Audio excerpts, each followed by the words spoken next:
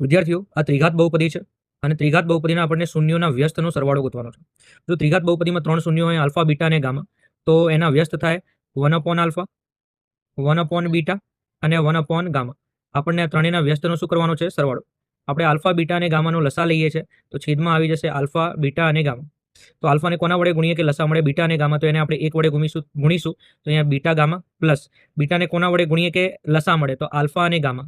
તો એને 1 વડે ગુણીશું તો આલ્ફા અને ગામા પ્લસ ગામાને કોના વડે ગુણીશું કે લસા મળે? તો એ પ્રમાણે અહીંયા આવી જશે આલ્ફા અને બીટા.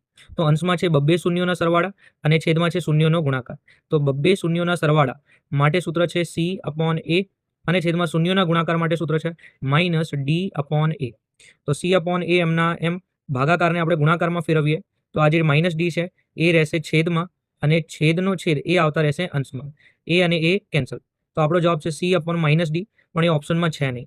તો સીની જગ્યાએ કયું પદ આવે? જો 3 ઘાતવાળું જે છે એની જોડે જે સહગુણક છે એ, 2 ઘાતવાળું જે પદ છે એની જોડે જે સહગુણક છે બી, 1 ઘાતવાળું જે પદ હોય એની જોડે જે સહગુણક હોય સી અને અચળ પદ ગણાય ડી. તો અહીંયા તમે જોશો ને તો 1 ઘાતવાળું પદ છે જ નહીં.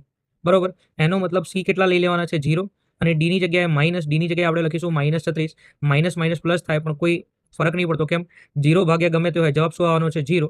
તો આ દાખલો થોડો ઓબ્જેક્ટિવ કોમ્પ્લિકેટેડ છે, પણ આનો જવાબ કેટલો આવે છે?